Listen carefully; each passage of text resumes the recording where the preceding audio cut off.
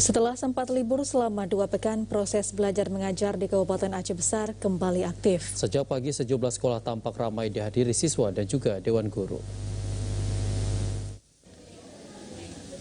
Pembelajaran rencananya akan berlangsung efektif mulai besok 4 Januari 2022. Kepala Sekolah SMU 1 Baitus Salam mengatakan pembelajaran akan dilakukan dengan metode tatap penuh. Kondisi ini menyusul tingginya cakupan vaksin yang telah tercapai baik untuk kategori pelajar maupun dewan guru. Dari 367 siswa, 300 diantaranya telah menjalani vaksinasi, sementara sisanya tertunda akibat kendala tidak tersedianya vaksin.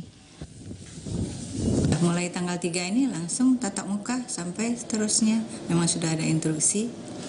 Sudah mulai aktif terus Bu belajar hari ini? Aktif terus.